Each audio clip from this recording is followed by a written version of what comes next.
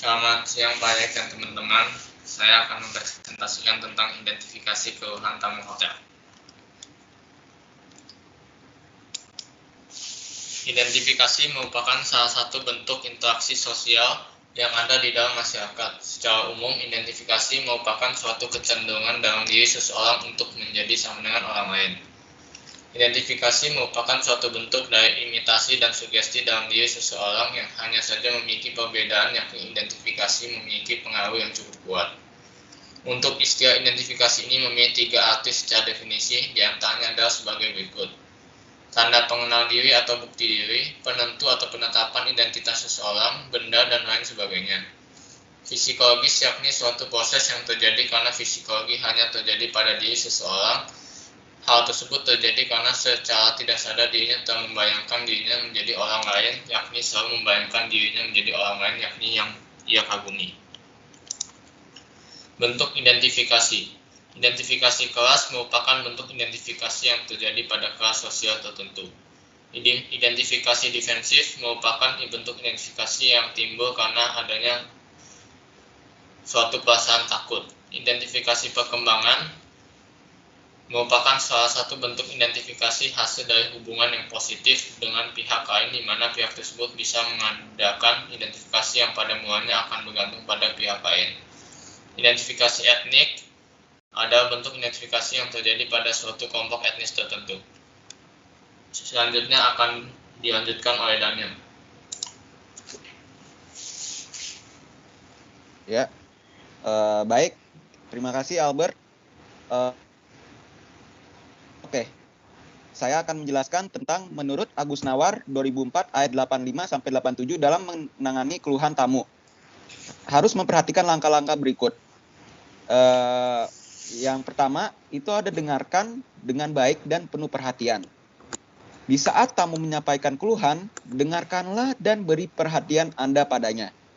Pada saat mereka menunjukkan ketidakpuasan, jangan disela atau dibantah dengan argumentasi. Sebaliknya, berikan simpati bahwa hal tersebut memang telah terjadi. Kedua, tetap tenang.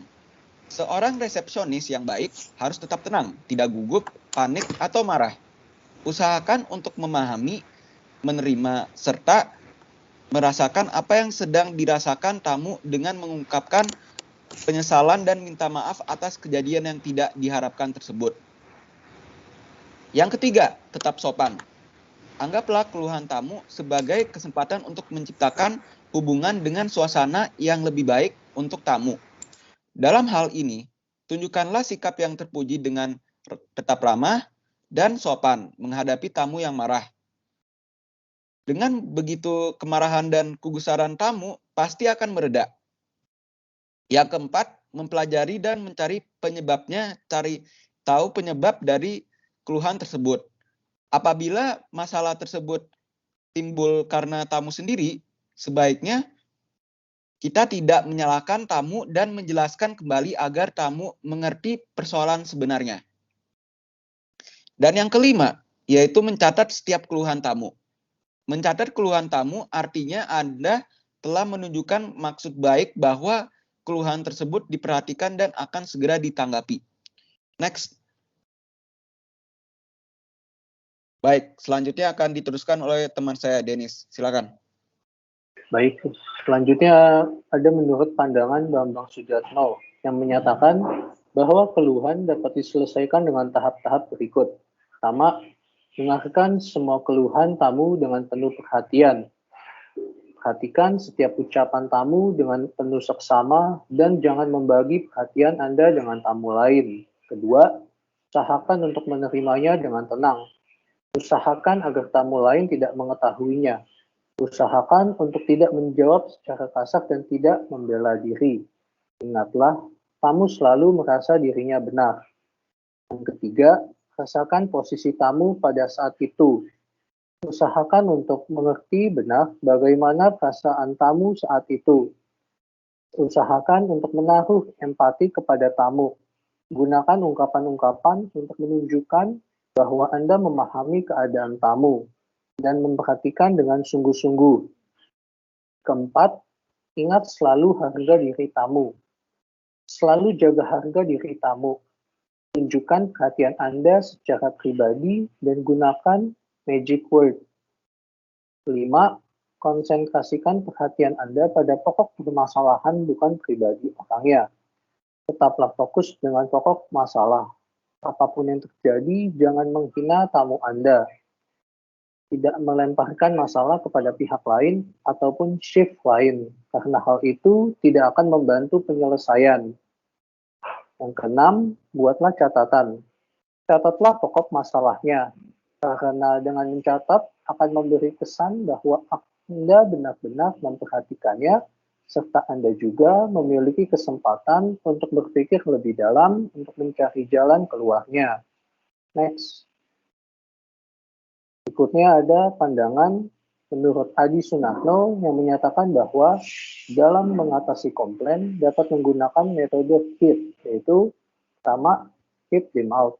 Dengarkan dengan seksama apa yang dikeluhkan tamu. Jangan menanggapinya dengan emosi, meskipun sikap tamu menyakitkan dan menyinggung perasaan. Kedua, empathize. Menunjukkan rasa empati kepada tamu. Ikut merasakan apa yang dirasakan oleh tamu, dan kemudian berusaha mencarikan solusinya. Kalimat yang dapat menegaskan rasa empati kepada tamu, misalnya, I understand, how do you feel? Bisa juga dengan if I were you, I will be upset, dan sebagainya. Yang ketiga, apologize, meminta maaf kepada tamu. Dalam menangani tamu dan keluhannya, tidak ada yang harus disalahkan. Pada prinsipnya, staf meminta maaf karena telah membuat tamu merasa tidak nyaman. Sorry for the inconvenience. Kalimat ini mengandung kata netral. Tidak ada yang dikorbankan, apalagi menyalahkan orang lain. Dan yang keempat, taking proper action and follow up.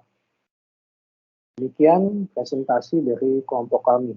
Sekian dan terima kasih.